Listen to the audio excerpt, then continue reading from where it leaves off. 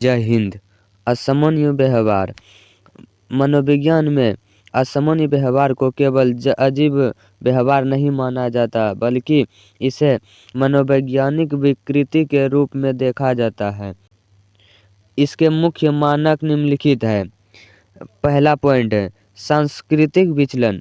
हर समाज के कुछ लिखित और अलिखित नियम होते हैं। जब कोई व्यक्ति लगातार इन नियमों का उल्लंघन करता है तो उसे असामान्य माना जाता है। जैसे सार्वजनिक स्थान पर बिना कारण चिल्लाना, तो उसे असामान्य माना जाता है। दूसरा पॉइंट, व्यक्तिगत संकट। यदि व्यक्ति अपने विचारों या व्यवहार के कारण आंतरिक रूप से बहुत दुखी, चिंतित या परेशान रहता है तो यह असामान्यता का संकेत है। जो व्यक्ति व्यक्तिगत संकट का अर्थ है जो भी व्यक्ति बहुत ज़्यादा चिंतित या परेशान रहता है तो उसे असामान्यता का संकेत माना जाता है। उसके बाद है कुसुमायोजन।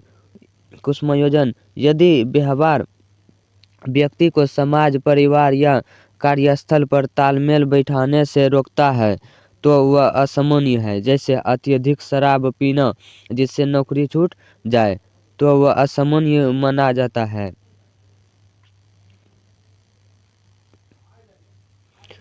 दूसरा पॉइंट, 10 विशिष्ट दुर्गति जिसे हम फोबिया कहते हैं।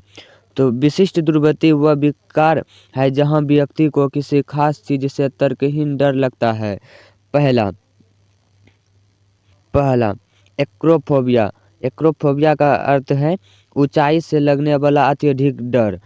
के अनुसार यह सबसे आम फोबिया में एक है। दूसरा कास्ट्रोफोबिया। कास्ट्रोफोबिया बंद या तंग जगह जैसे लिफ्ट या छोटी सुरंग में फंसने का डर।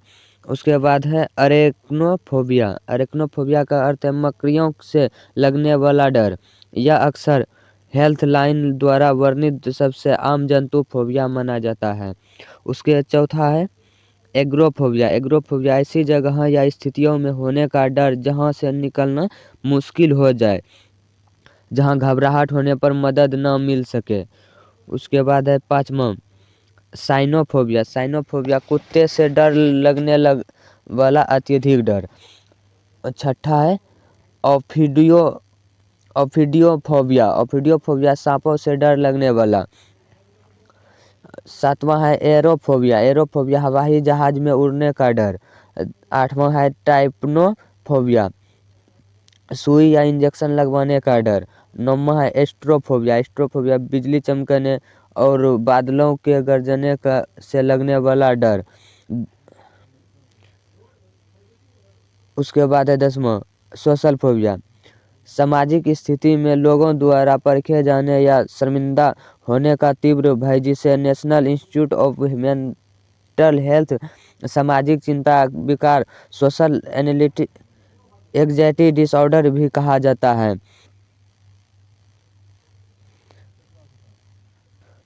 तीसरा क्वेश्चन, चिंता विकृति के व्यवहारात्मक उपचार। तो व्यवहार चिकित्सा इस सिद्धांत पर आधारित है कि डर सीखा जाता है, इसलिए इसे भुलाया भी जा सकता है। इसका पहला क्रमबद्ध है क्रमबद्ध विसंवेदीकरण। इसका जो है जोसेफ वोल्फे द्वारा विकसित इस तकनीक में रोगों को डर की एक सूची बनाने को कहा जाता है। सबसे कम डर वाली चीज से शुरुआत कर विश्राम अभ्यास के साथ साथ सबसे बड़े डर तक पहुंचा जाता है। दूसरा पॉइंट है एक्सपोजर थेरेपी। एक्सपोजर थेरेपी उसे कहते हैं रोगी को उस स्थिति का बार बार सामना कराया जाता है जिससे वह डरता है, ताकि उसका मस्तिष्क यह समझ सके कि वहाँ कोई वास्तविक खतरा नहीं है। उसके नेक्स्ट पॉइंट है प्रतिरूपण। तो इसमें रोगी को यह दिखाया जाता है कि दूसरे लोग उसे स्थिति में कैसे सामान्य रहते हैं।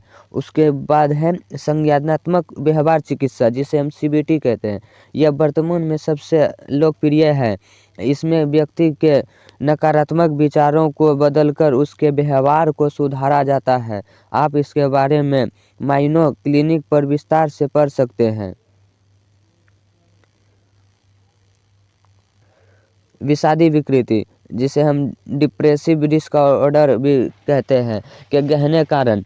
तो डिप्रेशन किसी एक कारण से नहीं होता, यह कई कारकों का मिश्रण होता है। डिप्रेशन किसी एक कारण से नहीं होता, यह कई कारकों का मिश्रण है।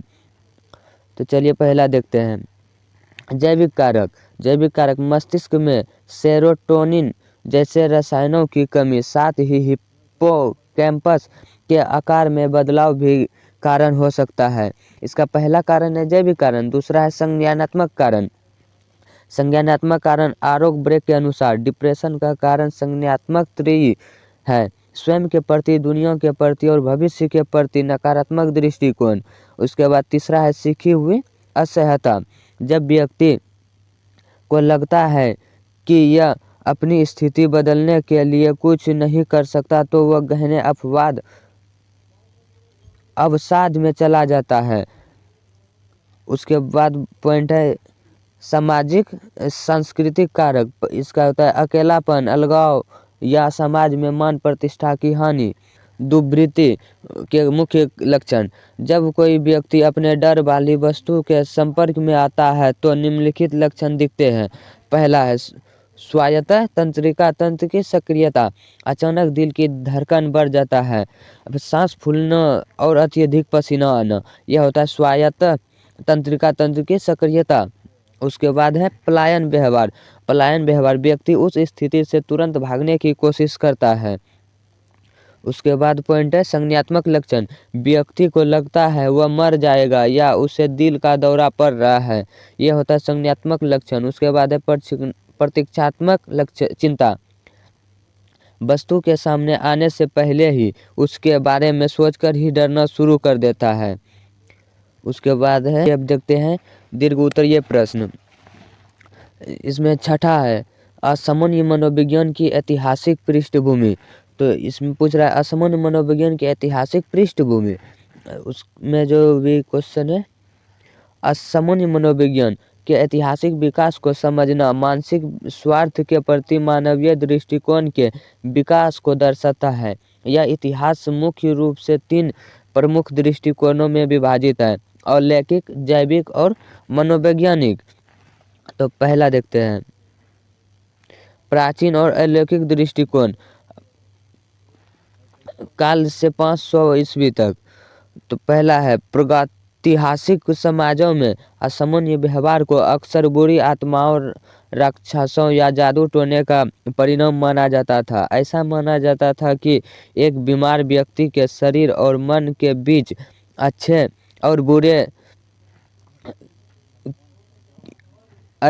बुरे के बीच लड़ाई चल रही होती है, और असामान्य व्यवहार बुरी आत्माओं की विजय का प्रतीक था। इस समस्या के समाधान के लिए उपचार के क्रूर तरीके अपनाए जाते थे, जिनमें ट्रेफिनेशन शामिल था, जो मस्तिष्क की एक आदिम शल्य चिकित्सा थी, जिसमें खोपड़ी के एक हिस्से को छेद कर खोला जाता था ताकि दुष्ट आत्माएं बाहर निकल सके। एक्सोर्सिज्म, झाड़ू फूंक या धार्मिक अनुष्ठान भी व्यापक रूप से प्रचलित थे। इसमें देखते हैं यूनानी और रोमन दृष्टिकोण। जैविक शुरुआत। तो प्राचीन यूनान में, रोम में हिप्पोक्रेटस जैसे विचारकों ने मानसिक बीमारी के जैविक कारणों की खोज शुरू की। हिप्पोक्रेटस ने प्रस्तावित किया कि शारीरिक बीमारियों की तरह ही मानसिक बीमारियों का कारण भी शरीर में 4 तरल पदार्थों रक्त, कफ, पीला पित्त और काला पित्त के असंतुलन के कारण होता है। यह विचार इस क्षेत्र में एक महत्वपूर्ण बदलाव था, क्योंकि इसने कारणों को अलौकिक से प्राकृतिक दायरे में स्थानांतरित कर दिया। उसके बाद पॉइंट है मध्य युग में वापसी, 500 से 1350 ईस्वी तक। मध्य युग में के दौरान यूरोप में अलौकिक मान्यताओं का फिर से उदय हुआ, और मानसिक विकारों से पीड़ित लोगों को अक्सर दुष्ट आत्माओं या चुड़ैलों के वंश में माना जाता था। इस अवधि में अमानवीय व्यवहार और उपचार बहुत आम थे। उसके बाद पॉइंट देखते हैं पुनर्जागरण और मानवीय सुधार, 14वीं से 18वीं शताब्दी तक। तो चलिए इसमें देखते हैं पहले पुनर्जागरण ने मानवतावाद के उदय और मानसिक बीमारी के प्रति अधिक दयालु दृष्टिकोण को देखा। हालांकि इस दौरान पागल खानों का भी उदय हुआ, जो अक्सर भीड़ भाड़ वाले और अमानवीय स्थिति वाले स्थान पर बन गए। 18वीं और 19वीं शताब्दी में नैतिक उपचार आंदोलन ने गति पकड़ी, जिसमें फिलिप पिनल और विलियम ट्यूक जैसे व्यक्तियों ने तर्क दिया कि रोगियों को दया और गरीबों के साथ व्यवहार किया जाना चाहिए, न कि जानवरों की तरह।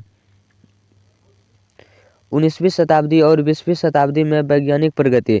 19वीं और 20वीं शताब्दी में वैज्ञानिक अनुसंधान में प्रगति ने मानसिक बीमारी को बीमारी के रूप में देखने पर ध्यान केंद्रित किया। इसने दवा और अन्य हस्तक्षेपों के लिए नए रास्ते खोले। सिगमंड फ्रायड ने मनोविश्लेषण विकसित किया, जिससे अचेतन मन और बचपन के अनुभवों पर ध्यान केंद्रित किया गया, जो असामान्य व्यवहार को समझने के लिए एक महत्वपूर्ण मनोवैज्ञानिक दृष्टिकोण था।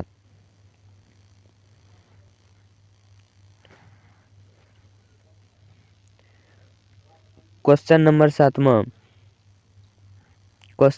7वां, असामान्य व्यवहार का संज्ञानात्मक मॉडल।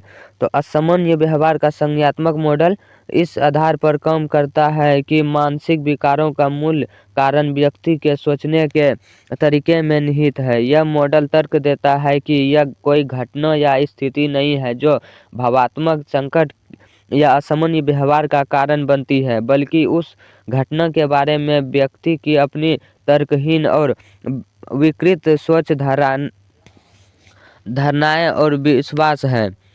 इसका मुख्य सिद्धांत चलिए अब देखते हैं। मुख्य सिद्धांत संज्ञानात्मक मॉडल के अनुसार जब लोग किसी घटना का सामना करते हैं तो वे स्वचालित रूप से संज्ञानात्मक प्रक्रियाओं, सोचने की प्रक्रियाओं के माध्यम से उस घटना की व्याख्या करते हैं। यदि यह संज्ञानात्मक प्रक्रिया तर्कहीन, नकारात्मक या पक्षपातपूर्ण है तो वे विघटनकारी भावनाओं और व्यवहारों को जन्म देगी। उसके बाद है संज्ञानात्मक विकृतियाँ। तो संज्ञानात्मक मॉडल में कई प्रकार की सामान्य त्रुटि की पहचान की गई है जो लोग अपनी सोच में करते हैं। पहला है आंतरिक चिंतन। तो आंतरिक चिंतन होता है कठोंगे बनाए, उदाहरण मुझे हर हाल में सफल होना ही चाहिए। उसके बाद नेक्स्ट पॉइंट है प्रलयकारी भाव। एक छोटी सी नकारात्मक घटना को एक भयानक आपदा के रूप में देखना, उदाहरण एक छोटी सी गलती को करियर के अंत के रूप में देखना। अति सामान्यीकरण। एक ही घटना से सामान्य व्यापक निष्कर्ष निकालना, उदाहरण एक अस्वीकृति के बाद यह सोचना मुझे कभी कोई पसंद नहीं करेगा। चुनिंदा अमूर्तता। स्थिति के केवल नकारात्मक पहलू पर ध्यान केंद्रित करना और सकारात्मक बातों को नजरअंदाज करना। व्यक्तिगतकरण। खुद को उन बाहरी घटनाओं के लिए जिम्मेदार मानना जिन पर उनका कोई नियंत्रण नहीं। उपचार। संज्ञानात्मक व्यवहारक थेरेपी सीबीटी। तो संज्ञानात्मक मॉडल से विकसित सबसे प्रभावी उपचार संज्ञानात्मक व्यवहारक थेरेपी सीबीटी है। सीबीटी लोगों को इन तर्कहीन विचारों और संज्ञानात्मक विकृतियों की पहचान करने, उन्हें चुनौती देने और अंततः उन्हें अधिक तर्कसंगत और यथार्थवादी विचारों से बदलने में मदद करती है, जिससे उनके व्यवहार और भावनाओं में सुधार होता है। चलिए 8 नंबर दीर्घ उत्तरीय प्रश्न देखते हैं। मनोबाधिलता के विभिन्न प्रकार का उदाहरण सहित। मनोबाधिलता एक जटिल मनोरोग है जो वास्तविक की व्यक्तिपरक व्याख्या को काफी हद तक बाधित करता है, जिसके परिणाम स्वरूप मतिभ्रम, अव्यवस्थित सोच और व्यवहार संबंधी समस्याएं होती है। यह ध्यान रखना महत्वपूर्ण है कि अमेरिकन साइकियाट्रिक एसोसिएशन ने DSM-5 diagnostic and statistical manual of mental disorders fifth edition ने पहले के नैदानिक मैनुअल में सूची विशिष्ट उपकरण जैसे पैरानॉइड अव्यवस्थित कैटोनिक को आधिकारिक तौर पर समाप्त कर दिया। इसका कारण यह था कि वे उप प्रकार नैदानिक रूप से स्थिर नहीं थे और अक्सर एक रोगी के लक्षण समय के साथ एक प्रकार से दूसरे प्रकार में बदल जाते थे।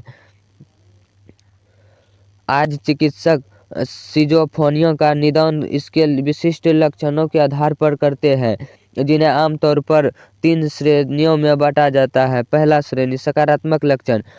तो ये ऐसे लक्षण है जो सामान्य व्यवहार में जुड़ जाते हैं और वास्तविकता से अलगाव का प्रतिनिधित्व करते हैं।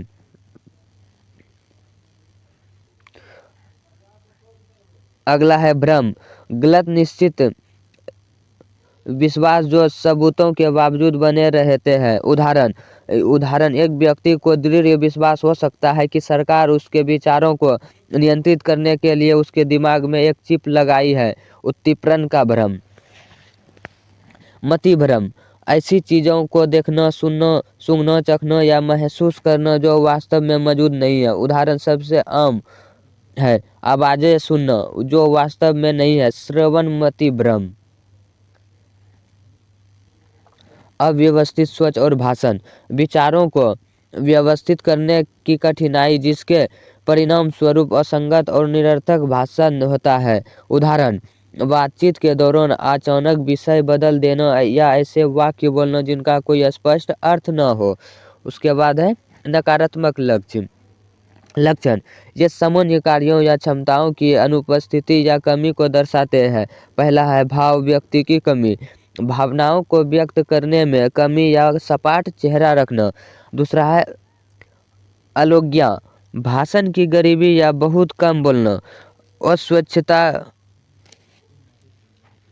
लक्ष्यों को प्राप्त करने के लिए प्रेरणा या पहल की कमी।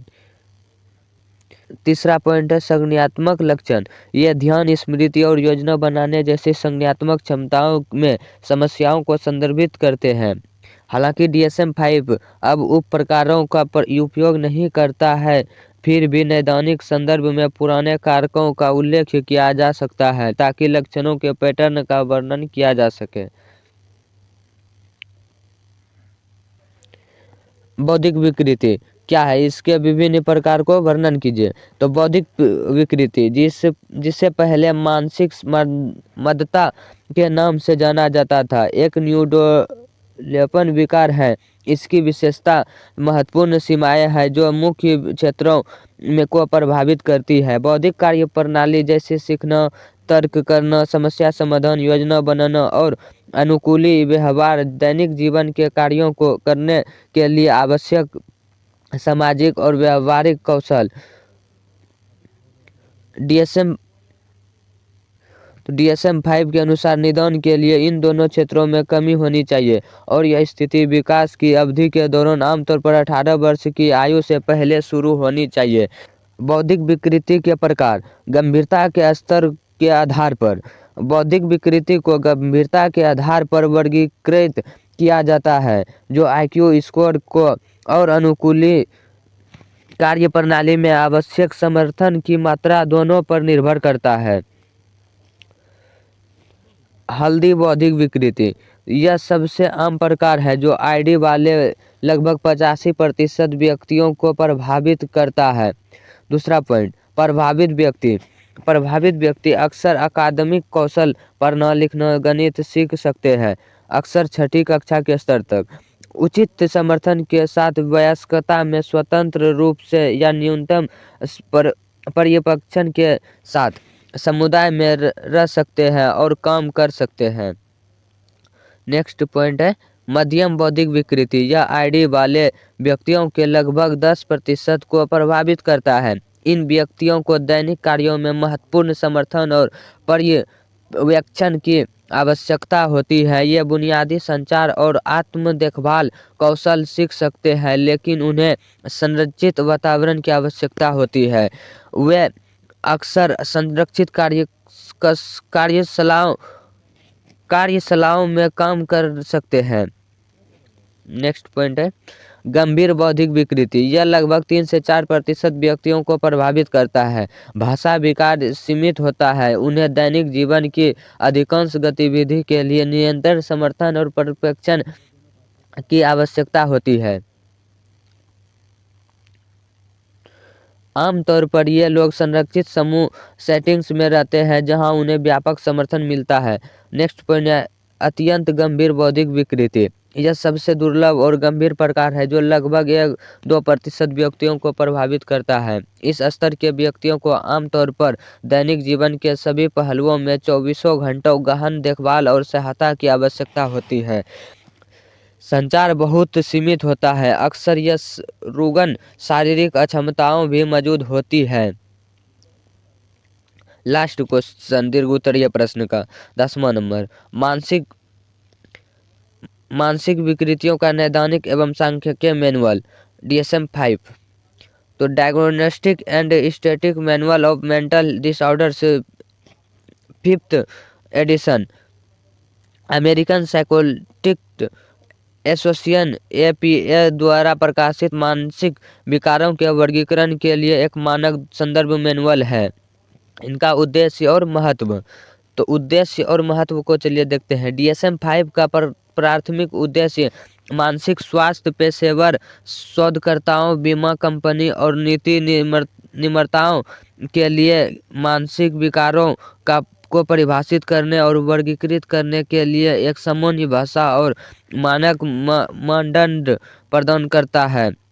यह वस्तुनिष्ठ मूल्यांकन की सुविधा प्रदान करता है और यह सुनिश्चित करने में मदद करता है कि विभिन्न सेटिंग, अस्पताल, क्लिनिक, निजी पॉलिटिक्स में चिकित्सकों द्वारा एक ही निदान के लिए सुसंगत मानदंडों का उपयोग किया जाए। DSM-4 से DSM-5 में प्रमुख परिवर्तन। 2013 में प्रकाशित DSM-5 ने अपनी पूर्ववर्ती DSM-4 TR से कई महत्वपूर्ण बदलाव पेश किए। पहला है बहुअक्षीय प्रणाली का उन्मूलन। DSM-4 ने निदान को 5 अक्षों पर व्यवस्थित किया था। DSM-5 ने इस प्रणाली को हटा दिया और सभी मानसिक और चिकित्सा निदानों को एक गैर आरक्षित दस्तावेजों में जोड़ दिया ताकि निदान प्रक्रिया को सरल बनाया जा सके। जीवनकाल परिप्रेक्ष्य। DSM-5 विकारों को परिभाषित करने में जीवनकाल के परिप्रेक्ष्य को अत्यधिक महत्व देता है। यह पहचानते हुए कि विकार बचपन में कैसे प्रकट होते हैं और वयस्कता कैसे बदल सकते हैं। सांस्कृतिक संदर्भ। मैनुअल से संस्कृति, नस्ल और जातीयता के विचारों को बढ़ाया जाता है ताकि यह सुनिश्चित किया जा सके कि नैदानिक मानदंड सांस्कृतिक रूप से संवेदनशील है। नवीनतम संस्करण DSM-5 TR 2022 में APA एक पाठ्य संशोधन जारी किया जिसमें टेक्स्ट में अपडेट सभी विकारों के लिए व्यापक रूप से अद्यतन अनुभाग और कुछ नए निदान शामिल है जैसे कि पोलोगड ग्रीफ डिसऑर्डर्स। इसमें आत्मघाती व्यवहार की निगरानी के लिए नए कोड भी शामिल हैं। DSM-5 TR आज नैदानिक अभ्यास और अनुसंधान के लिए सबसे व्यापक वर्तमान महत्वपूर्ण संसाधन है।